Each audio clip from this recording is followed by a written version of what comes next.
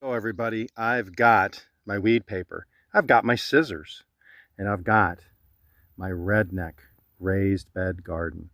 Let's get this all settled in, filled with dirt, and let's get something planted. Redneck raised garden bed engaged. It is installed. There's weed paper under it. I put mulch around it.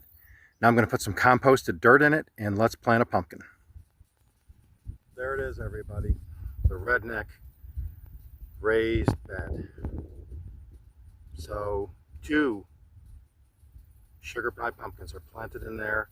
When they do sprout, I'll choose whichever one's the healthiest, and then that is what will vine and run down the side of the planter box onto the mulch and around the corner here.